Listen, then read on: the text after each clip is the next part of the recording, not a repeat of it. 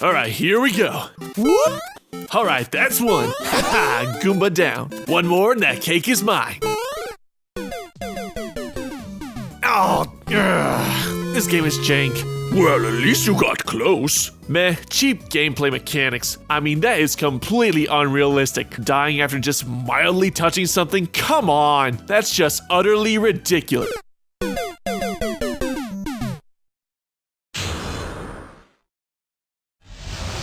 Rarity spends the day with Sweetie Belle. Hold it! Sister Hooves Social is one of my favorite episodes of Season 2, giving a realistic sister squabble with great humor and nice character development for Rarity learning to bond with her sister. Today's episode, Forever Philly, is the successor to that episode. Does it meet up to its predecessor? Well, it comes close. The past few seasons, Rarity's been highly successful, operating 3 boutiques, receiving critical acclaim for her dresses, and pretty much on top of the world, as noted by her calm and collected attitude beginning the spring dress season transition, and quelling all of Sassy Saddle's anxieties. This is why Rarity's such an inspirational character, especially from a business standpoint, going from a single boutique in her rural hometown to becoming renowned all across Equestria. But it seems that something, i.e. her little sister, has been forgotten amongst her success. On the flip side though, the CMC have also been highly successful, introducing them in one of the most oddest yet awesome scene transitions the show has ever had. Overall, showing how much more mature they've come since their old days of trying every single random activity on the planet to earn their cutie marks. Now they're taking on additional responsibilities, have a wall of successful clients, assisting the community, all the while having fun, which is actually inspiring for young entrepreneurs starting up their own small ventures. But now onto the focus of the episode, that being the relationship between Sweetie Belle and Rarity. And this episode has a couple good lessons that run in tandem with each other. Finding equilibrium between work and family and friends is a difficult balancing act. Rarity's been gone from Sweetie Belle for so long, she's essentially missed her growing up and thus is downplaying her sister's achievements, still seeing her as just a young filly. Have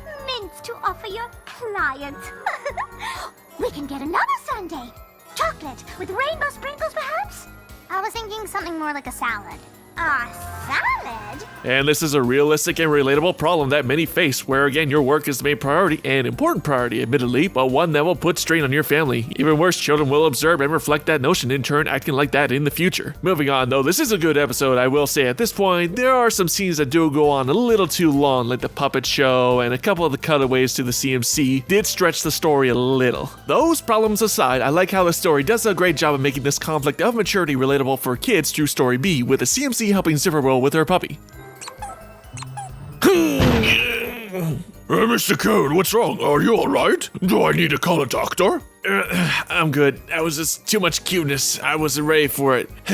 Okay, anyway, as I was saying, the little filly has been ignorant of her growing dog, parallel to Rarity's ignorance of Sweetie Belle becoming more mature, and the resolution is actually kind of heartbreaking. The last time we did all of those things together, I didn't realize it was gonna be the last time. I'm okay. I can do this. Whew.